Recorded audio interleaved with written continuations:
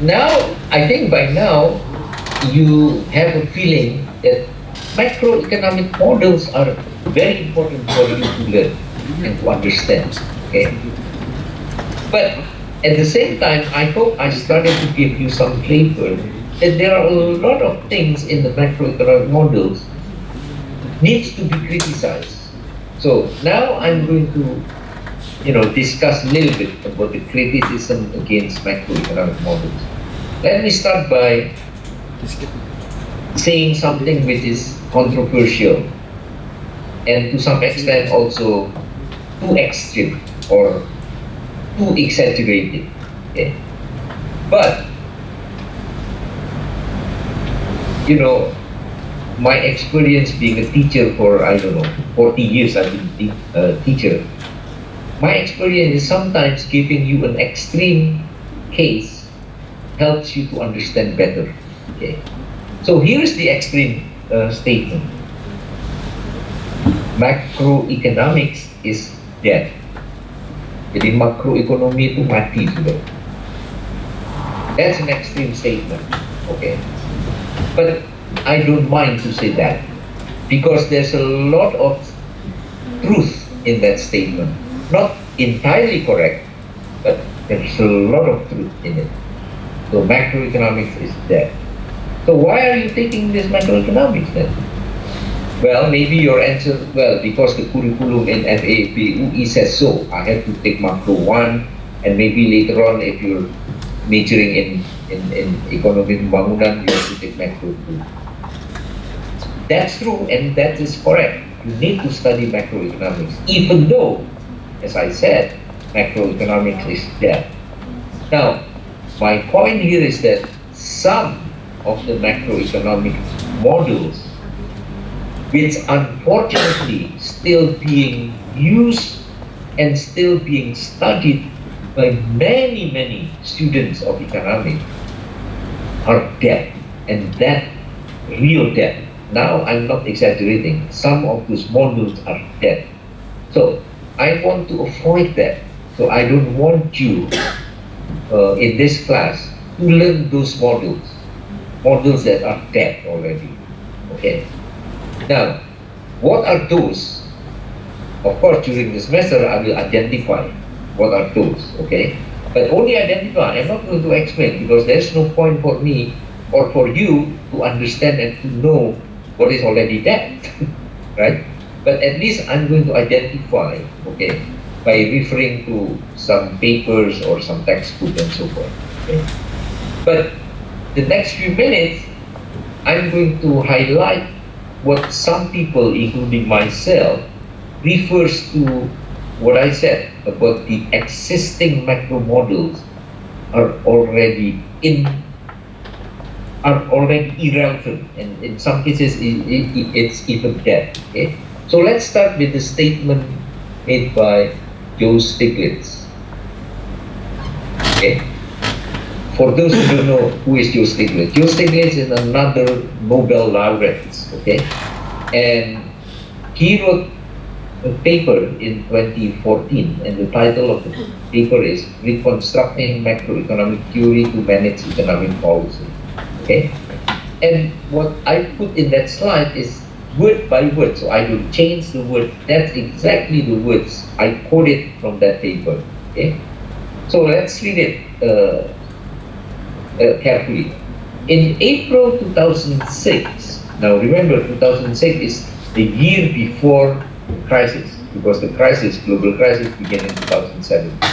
In April 2006, Ed Kruger, who is the Deputy Managing Director of the IMF, announced the IMF view that the world economy has rarely been in better shape.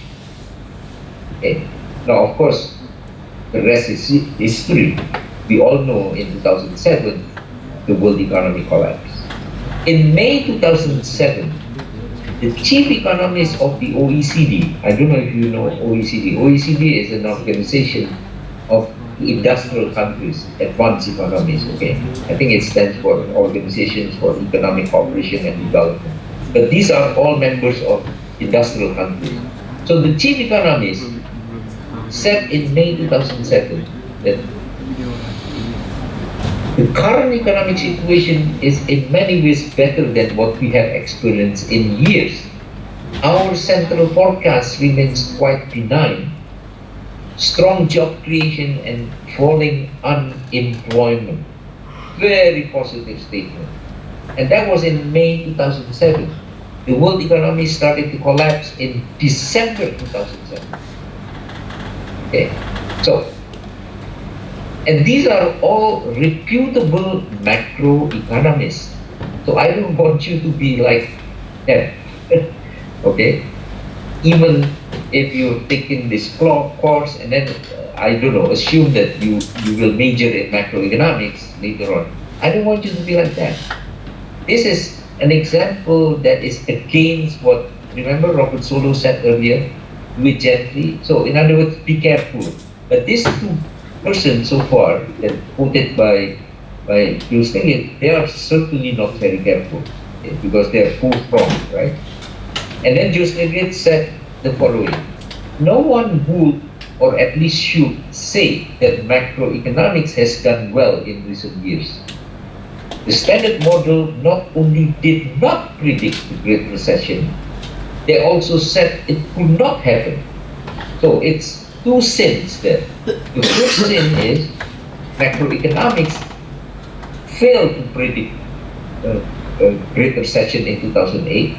Number two sin is that macroeconomics even tells you it's impossible to have that.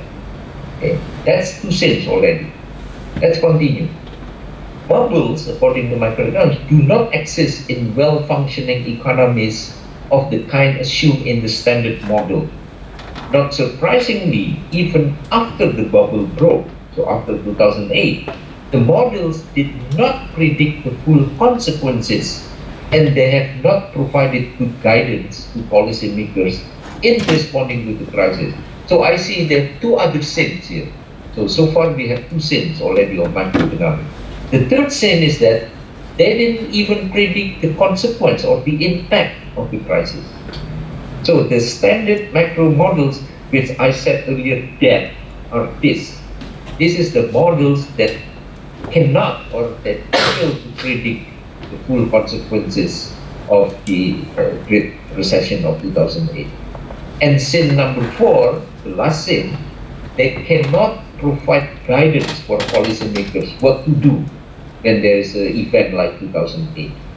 Okay, so this is just one example of a statement which refers to what I said earlier. Some of the macroeconomic models are dead. Okay, and this is, an example from my own work. Okay, and you notice there are different colors there, right? There are red colors, there are green colors, and there are blue colors. What are those three colors referred to? Those are the prediction by the IMF. You know very well that the IMF is the world's most reputable macroeconomic organization, right? Those are the numbers predicted by the IMF about 3 countries. The red one is for Thailand, the green one is for Indonesia, the blue one is for Korea. Now, this is the story in 1996.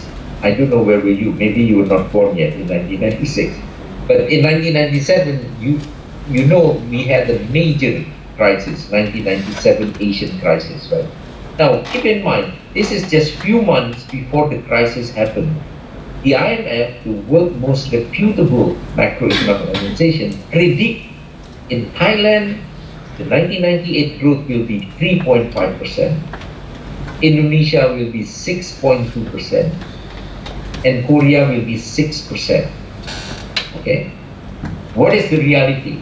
The reality is, in Thailand, minus 9.4%. Can you imagine?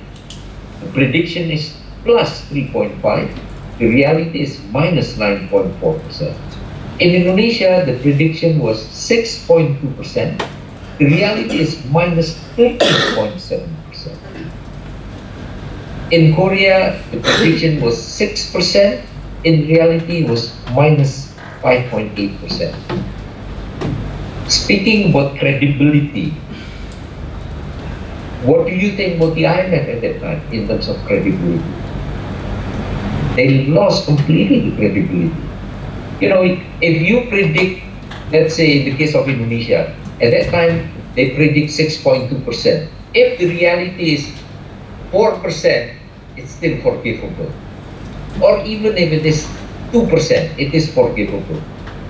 But prediction 6.2%, reality is minus 13.7%. That is something that cannot be acceptable, right? And why the IMF came up with that number? Because they used the debt macroeconomic models. So this is the reason why I don't want you to study that kind of model. Okay? In fact, I can mention one example of that models. It's called DSGE. That stands for Dynamic Stochastic General Equilibrium Model. Okay? So, there's good news and there's a bad news.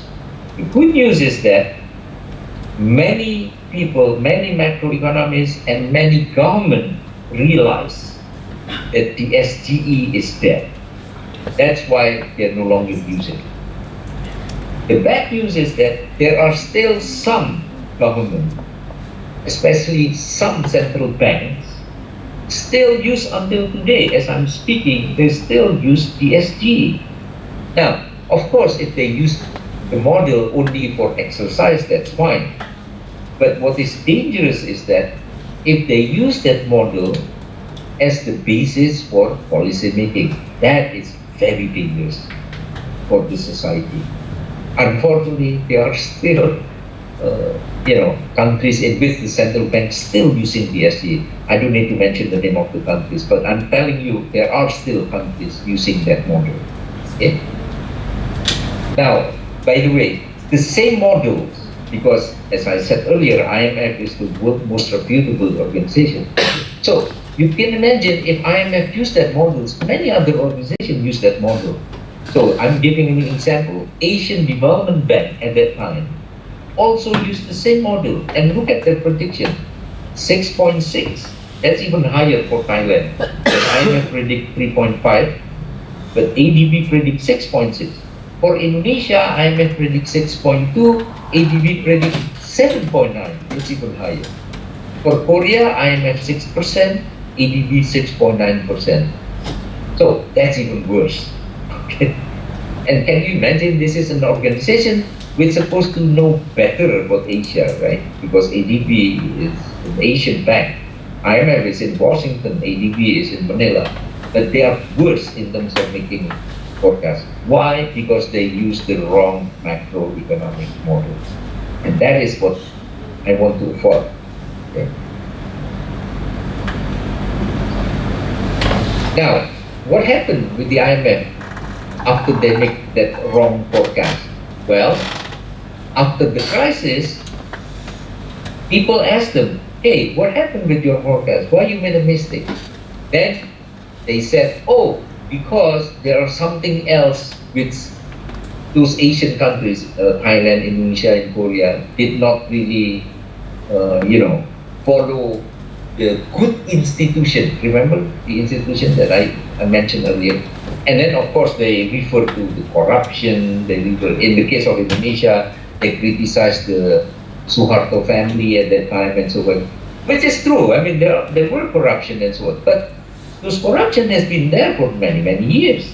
Why the macro models that the IMF used still taking into account, even when the corruption was there, still predict to 6.7%. So that is really the excuse, but to me it's a laughable excuse. I mean, that's almost like small kids who made a mistake, but then they didn't want to admit.